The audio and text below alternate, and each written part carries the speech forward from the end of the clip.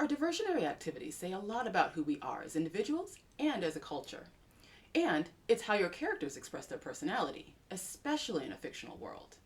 I'm sci-fi writer Casey Hudson, and here are some vital questions to explore when designing unique hobbies. I never thought much about hobbies until it was time to develop characters for my Drifting Amalgams universe. And while I could just pick an arbitrary hobby for each individual, there's real benefit in being more thoughtful about this aspect of world building culture. Because, speaking more broadly, hobbies are just as much about cultures as they are about individuals. They're quiet messages about value systems and social norms. Just think, I enjoy reading. Common hobby, right? Well, it is within cultures that value literacy, and when slavery was widespread in North America, someone like me wasn't likely to read anything out in the open. Eventually, North American culture began valuing literacy so much that the invention of the printing press was embraced. Now, most children are taught to read. That's a pretty significant cultural investment. The fact that we invest this much in reading says a lot about how important it is to us. But that's not all. As adults, we're not forced to read, at least not for pleasure. We want to read because we're drawn to story, a desire that says a lot about who we are as human beings. So, I like to world build hobbies as an extension of world building culture, starting with value systems. Tadari Bray are one of the fastest flying species in my universe, and many Tadari Bray inclusive cultures have educational systems that teach engineering at an early age.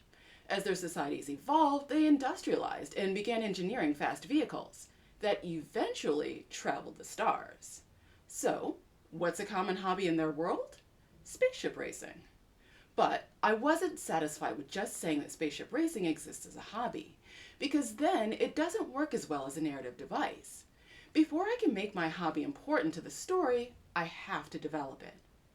How does the hobby reflect cultural values or norms? How popular is this hobby within the society as a whole? For the Tadari Bray, spaceship racing reflects their values of speed, flying, engineering, and industrialization. And like motorsport here on Earth, spaceship racing was a slow burn. Something initially for the elite, people who could afford vehicles. But as vehicles became more commonplace, so did racing them. As personal space travel became routine, racing in space evolved into one of the most popular sports for amateurs and professionals. I've built this hobby to be a natural extension of the culture that I've created. But remember, this is about world building culture in a way that makes sense for the story you want to tell. So whether or not hobbies even exist in your culture says something about that culture. Maybe this is a world where diversionary activities are frowned upon, or maybe no one even has time for a hobby. Maybe hobbies are a luxury of sorts. These are all reasonable world building choices as long as you understand why that culture is hobby free.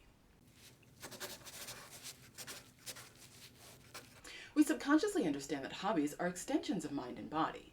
But when worlds are fictional, that can mean a mind that's technologically augmented, or a body that's gelatinous. Or maybe the culture is full of people with vastly differing physiologies or mental capabilities. Even when a culture includes a variety of species, there should be a shared baseline. That baseline could be directly physical or mental, but it could also be about mindset, something emotional or spiritual. Looking at hobby through this lens gives you a chance to think inventively or turn a common hobby on its side. Take travel. Often a hobby for an adventurous mindset, but what if a culture's people can't physically traverse terrain that interests them? In a sci-fi world, that may mean that holographic travel is a common hobby. However you build or adapt a hobby, mind and body is a great place to begin exploring nuance. What physical skills do your hobbyists have in common? Endurance? Dexterity? What about mental ones? Creativity? Tactical thinking, maybe? For my spaceship racing, gravity sensing and strong sensory perception are key. The fact that Tadari Bray can experience sensory overload around strongly magnetic fields means this hobby is about pushing the edge and mind-body discipline. Great, but how do these details add narrative value once world becomes story? For me, this world build was prompted because I needed to move my plot forward. Take a look at this passage from an early draft. The trip from headquarters to Big Odelay was longer than Yannian had expected.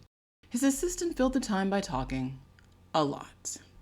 This is the most exciting thing that's ever happened in my entire life, including that one time I got to meet the single most trophied flyballer in the league. Reyes Kundalo is my absolute favorite spaceship racer in the galaxy. I can't believe she's going to be on the big overlay while we're there. She's so amazing and daring to have done the gravity races and won, and she didn't just win, she set a new record. Still hasn't been beaten. And the black hole challenge that caused everyone else in the race to go insane, not figuratively, literally insane. She did it twice. Twice! Oh, did I tell you about the binary star system she flew through without any gravitational sensors activated on the ship? You can't do that, you just can't! But she did!